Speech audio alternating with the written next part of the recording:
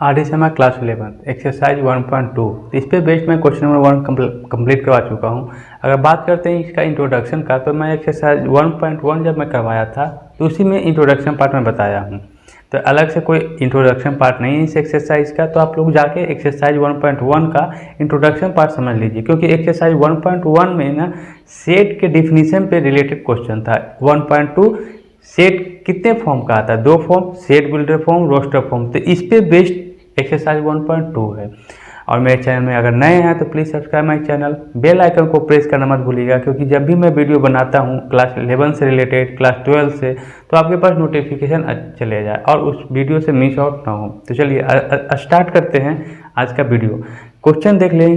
Question second में क्या है कि डिस्क्राइब 7-8 क्वेश्चन है, इस सभी को सेट बिल्डर फॉर्म में लिखना होगा।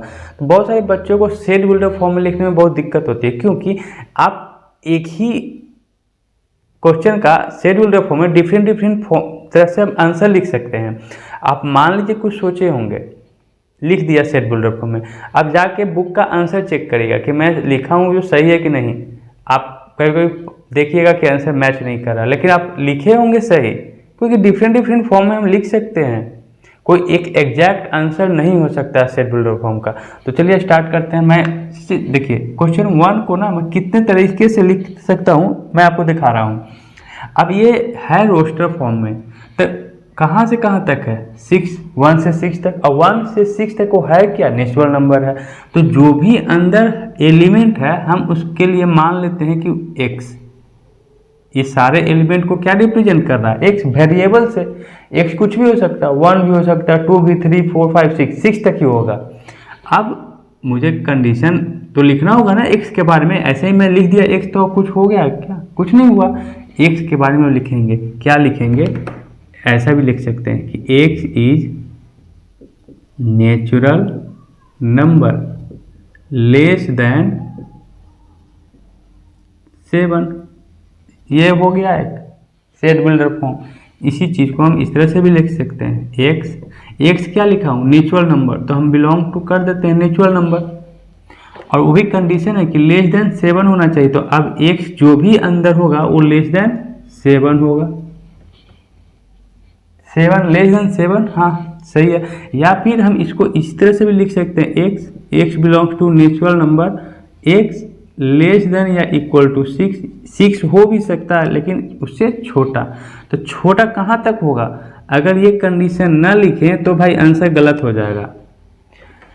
क्यों, क्योंकि 6 तक तो ले लिया, 6 से छोटा जब जाएंगे तो 0 तक पहुंचेंगे। 0 है क्या यहाँ पे, फिर निगेटिव के भी जाना होगा, तो सारा कुछ है नहीं, 1 तक ही है। तो इसलिए मुझे बिलोंग करवा देना नेचुरल नंबर। अब नेचुरल नंबर कर देने से ना रास्ता बंद हो जाएगा, 1 के बाद आगे पीछे बढ़ेंगे ही नहीं, क्योंकि नेचुरल नंबर स्टार्ट ही होता है 1 से। और किस तरह से लिख सकते हैं, यानी कि इस तरह से डिफरेंट तरीके से हम लोग लिख सकते हैं। तो किसी एक को रहने देते, चलिए इसका आंसर यहाँ पे लिख देता हूँ मैं, नहीं तो सामने लिखते हैं तो इसको इरेज करना होगा, ताकि इसे नोट कर लीजिए। मैं इसे इरेज कर दे रहा हूँ। तो आपको तो पता चल गया होगा कि क्या किसी का भी एक पार्टिकुलर आंसर नहीं हो सकता है। फील हो गए होंगे, कुछ ज़्यादा ही भींग गया ना। चलिए देखते हैं नेक्स्ट, ये है क्या, किस फॉर्म का है। कोई भी नंबर के नीचे 1 होता ही है, तो आप सेट बिल्डर फॉर्म में रिप्रेजेंट करना, तो अंदर का जितने भी एलिमेंट होगा x मैं रिप्रेजेंट कर लिया। अब है क्या, ये फ्रैक्शन के फॉर्म में है ना, तो स्टार्टिंग वाला तो सब सेम है। तो x के बारे में डिफाइन कर रहा हूँ, x अब 1 अपॉन क्या है, 1 2 3 4 5 सो 3 को डॉट का मतलब इनफाइनाइट तक, तो 1 अपॉन n लिख देते हैं। अब इस n को भी मुझे डिफाइन करना होगा। अब मैं यदि यही लिख के छोड़ दूं कि x इक्वल टू 1/n, तो n है क्या भाई, जब n के बारे में आप डिफाइन ही नहीं करिएगा तो फिर अंदर इसके हेल्प से ये आएगा कहाँ से। तो हम रिप्रेजेंट करेंगे कि n क्या है, वो नेचुरल नंबर कहाँ से स्टार्ट हो रहा है, 1 से कहाँ तक जा रहा है, इनफाइनाइट तक। ये हो गया। इसका देखते हैं, ये देखिए मल्टीपल है 3 का, फिल कर लिए होंगे देखने से के साथ ही। तो x इक्वल टू x होंगे सारे में। अब मैं x का कंडीशन लिख रहा हूँ, x क्या होगा 3n के फॉर्म में है, तो n मुझे डिफाइन करना होगा। तो n क्या है, होल नंबर, इस तरह से भी रिप्रेजेंट कर सकते हैं। यानी कि कहने का तो क्या हुआ, n है जो होल नंबर होगा। होल नंबर कहाँ से स्टार्ट हो रहा है, 0 से, तो अगर 0 लेंगे तो 3 इंटू 0 0 आ जाएगा। 1 लिया तो 3 इंटू 1, 3 इंटू 2 6, 3 इंटू 3 9, सभी वैल्यू आ जाएगा क्योंकि अब इनफाइनाइट तक जा रहा है। ठीक है, चलिए और इसको कैसे लिख सकते हैं, x such that x is a whole number. अब कैसा, सारा का होल नंबर है लेकिन कैसा है होल नंबर, मल्टीपल ऑफ 3, 3 के मल्टीपल का होल नंबर है। इस तरह से स्टेटमेंट में लिख सकते हैं। नाउ इसको देखते हैं, जो भी अंदर होगा उसके लिए मैं x मान लिया। अब ये सारा नंबर है क्या, तो हम इसको ऐसे भी लिख सकते हैं भाई, डायरेक्ट अंदर यहीं पे डिफाइन कर दूं, x belongs to natural number, या फिर ऐसे भी कर दें कि x such that x belongs to natural number. किसी तरह से भी कर दीजिए, कोई दिक्कत ही नहीं है। तो आप स्टार्टिंग में ही बोल दिया x जो लेंगे वो बिलोंग करना चाहिए नेचुरल नंबर से, सच दैट x कहाँ से कहाँ के बीच में होना चाहिए, 10 से 15 के बीच में।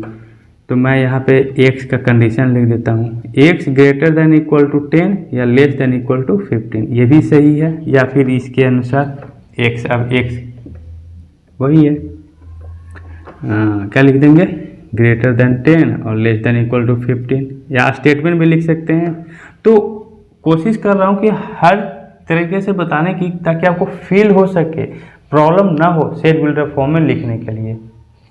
और भी लिख सकते हैं क्या स्टेटमेंट में कि x is a natural number between 9 and 16, 9 और 16 के बीच में जो नेचुरल नंबर होंगे वही x का वैल्यू होगा। ये देखते हैं इसका सेट, इसका क्या लिखना है सेट बिल्डर फॉर्म में, कुछ नहीं है, x है, और x है क्या 0, बस हो गया। इसका देखें तो देखिए यह स्क्वायर है, कर दूँ तो 1 का स्क्वायर, 2 का स्क्वायर, 3 का स्क्वायर, 4 का स्क्वायर, सो ऑन, कितना तक 10 का स्क्वायर, आगे बढ़ नहीं रहा है। तो मैं इसको लिखूंगा x सच दैट x कैसे डिफाइन किया गया है,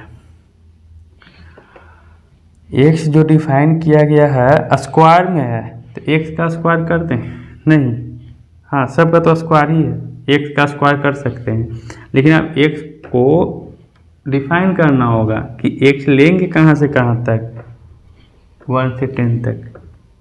तो ग्रेटर देन या इक्वल टू 1 और लेस देन इक्वल टू कहाँ तक, 10 तक। इसके अनुसार x का वैल्यू क्या हो सकता है, 1 पुट किया तो 1 का स्क्वायर, ग्रेटर देन 1 2 लेंगे तो 2 का स्क्वायर, 3 का स्क्वायर कहाँ तक, 10 का स्क्वायर तक। आप सोचिएगा कि सर यहाँ पे बिलोंग टू नेचुरल नंबर क्यों नहीं किया, अब ज़रूरत ही नहीं है। जब मैं यहाँ पे पार्टिकुलरली बोल दिया कि x है जो 1 से 10 के बीच में लेना ही लेना है, तो अंडरस्टूड है कि 1 से 10 के बीच में जो नंबर होंगे वो नेचुरल नंबर ही होगा।